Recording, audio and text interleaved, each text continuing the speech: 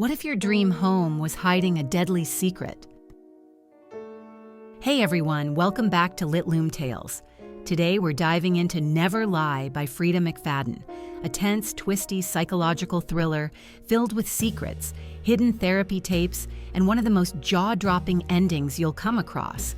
We'll walk through the full story in detail, then wrap it up with an honest review of what worked and what didn't. So grab a blanket. This one's chilling in more ways than one. Tricia and her husband Ethan are newlyweds, 6 months married after a fast romance, and they're on their way to tour an open house in the middle of a snowstorm. But the GPS is useless, the roads are buried in snow, and tension is already high.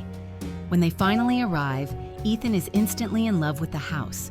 Tricia, on the other hand, feels sick to her stomach. The place is massive, eerie, and covered in dust, but somehow, something feels off. The furniture is untouched. The realtor never shows up. And above the fireplace is a portrait of a beautiful, pale woman with sharp green eyes, Dr. Adrienne Hale, the once famous psychologist who vanished 3 years ago. Her book, The Anatomy of Fear, is still on the shelves, and her story was all over the news. Most assumed her boyfriend killed her. Now, it seems Tricia and Ethan are standing in her home. As the storm traps them inside, strange signs emerge. A fresh pack of bologna in the fridge, a cup of water with condensation, a large footprint in the dust. Someone else has been here. While exploring the study, Tricia pulls a copy of The Shining and uncovers a secret room packed with cassette tapes, Adrienne's private recordings of therapy sessions. One name stands out, PL. Tricia secretly takes one and listens.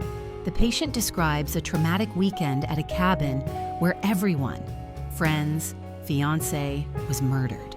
She barely escaped alive, but Adrienne's voice is calm, analytical. She doesn't entirely believe what she's hearing. The more tapes Tricia listens to, the more disturbing the picture becomes. A patient named EJ is blackmailing Adrienne after she tried to cut him off. A bottle of South African Cabernet in the house matches one he once brought her. Tricia hears crashes in the night. The portrait that Ethan removed is mysteriously rehung, then gone again.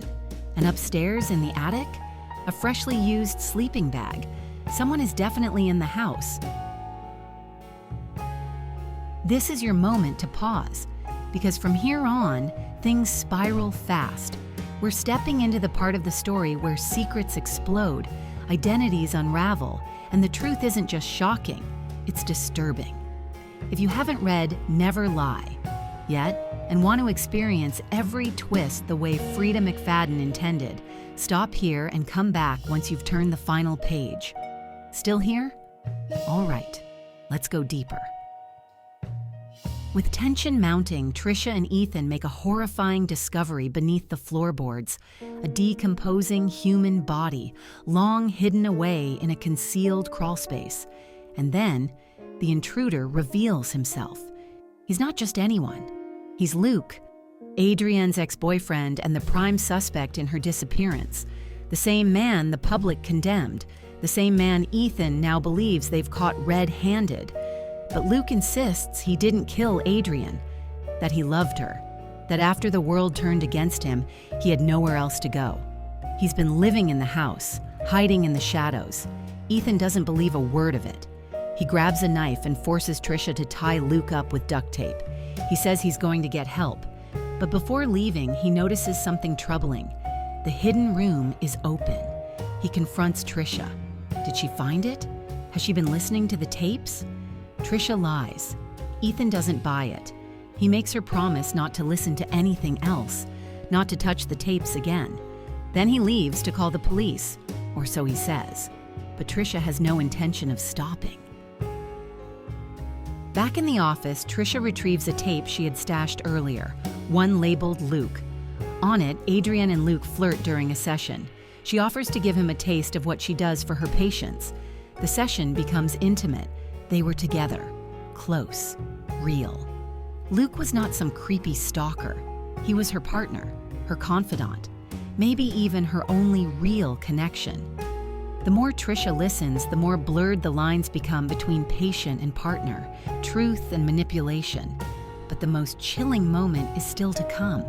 Because in the final tape labeled PL, Tricia hears Adrienne address a patient by her full name, Patricia Lawton. And suddenly, everything snaps into place. PL wasn't just any patient, she was Tricia, her real name, Patricia Lawton. That tragic story Tricia once shared, the cabin getaway the night her fiancé and friends were brutally murdered, her miraculous escape, a lie. She made it all up. In reality, Patricia discovered her fiancé was cheating on her with her best friend, so she orchestrated a secluded weekend getaway, invited one extra friend for cover, then killed them all. Cold, calculated. Covered in blood, she staged herself as a survivor, and Adrienne had figured it out. But instead of turning her in, Adrienne made a deal. She needed Patricia to deliver EJ, the manipulative patient who had been blackmailing her. Patricia agreed. She found him, drugged his drink at a casino, and brought him to Adrienne's house. There, Adrienne duct-taped his face and rolled him beneath the floorboards. Problem solved. Except, it wasn't.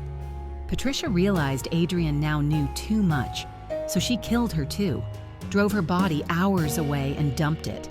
And here's the kicker. When Patricia read that Adrienne's house was up for sale, she panicked. Someone could stumble onto EJ's body. She had to get back inside. That's why she and Ethan came here in the first place. And Ethan? He's not exactly innocent either. Tricia finds tapes labeled GW. She recognizes the name, Gail Wiley, Adrienne's patient, and Ethan's mother. Adrienne once told Tricia that Gail died suddenly. In truth, Ethan pushed her down the stairs, claimed the insurance, built a new life. When Tricia confronts him, he confesses. Then she confesses. Everything, from the murders at the cabin to killing Adrienne. It's all out in the open, and instead of running from each other, they lean in. Together, they know exactly what needs to happen next. Luke, who knows too much, will never leave the house again. 2 years later, Ethan and Tricia are living in Adrienne's house. They paid full price. No tours, no questions. They have a daughter, Delilah. Tricia is pregnant again. The lawn is green and peaceful now. Underneath it, Luke and EJ. And Tricia, once a frightened house hunter, she smiles and says, "I really do like this house." So let's talk about Never Lie. This is one of those thrillers that grabs you quickly and keeps you turning pages late into the night. The pacing is relentless.